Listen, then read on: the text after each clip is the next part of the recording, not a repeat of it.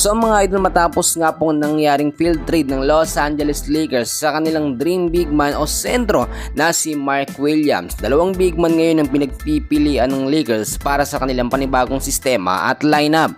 Bago natin yung pagpatuloy, huwag nyo munang kakalimutan na mag-like and subscribe. Maraming salamat po. Unahin na muna natin yung naging dahilan o reason nga po ng Los Angeles Lakers kung bakit sila nagkaroon ng void system or trade failure dito nga po kay Mark Williams, kay Dalton Knecht at kay Cam Reddish. Alam natin mga kaibigan na mapupunta na sana sa Lakers, no? Ito nga pong si Mark Williams at marami nagsasabi mas lalong lumakas ang Lakers. Pero hati ang opinion dyan ng mga Lakers fans. May nagsasabing humina dahil nga daw po ito si Mark Williams ay hindi naman talaga ganun kagaling na sentro. Mas magaling pa daw po etong si Jackson Hayes. So number 1 na reason mga kaibigan kaya po nagkaroon ng field trade mga kaibigan ay dahil sa health issue nito nga pong si Mark Williams.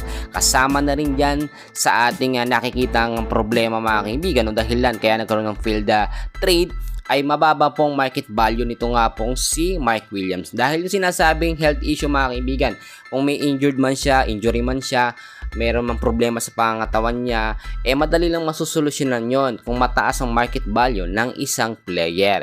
Example ko sa inyo mga kaibigan, si Luka mga kaibigan, na nagkaroon ng trade na trade dito kay Anthony Davis. Si Luka, tignan nyo pangangatawan, medyo mataba siya at medyo bumigat, no? Ilang pounds din mga kaibigan sa update, no? At talagang nakita nyo naman, pinupursige ng Lakers na mag-diet or mag-ehersisyo, mag-train ng araw-araw si Luka para bumalik yung kanyang fit na pangangatawan. Ibig sabihin, kahit may health issue, ito nga po si Luka, inabsorb po siya ng Lakers, no? Dahil mataas ang market value nito nga pong si Luka. Sa pagkakataong ito, dalawang big man naman ng papalit, no? Na posibleng makuha nga po ng Los Angeles Lakers. Huwag na natin patagalin.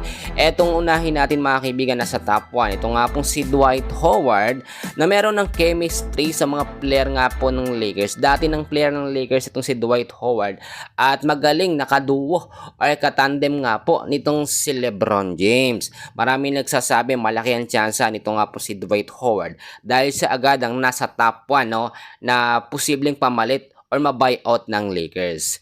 Ang alawa mga kaibigan, si Mo Bamba, no, ang tinutukoy natin na posibleng big man nga po na ma-buyout ng Lakers. Pero ayon na rin sa mga update, mas qualified, no, itong si Dwight Howard na makuha ng Lakers kaysa sa ibang mga big man na available or free agent po mga kaibigan. So abangan natin yung mga susunod na update. Marami pang mangyayari, marami pang adjustment kahit na void yung trade dito nga po kay Mark Williams at Dalton Knecht. Posible pa rin mabago yan hanggat hindi pa natatapos ang season na ito. For now, yan muna update natin and please huwag niyong kakalimutan mag-like and subscribe. Maraming salamat po.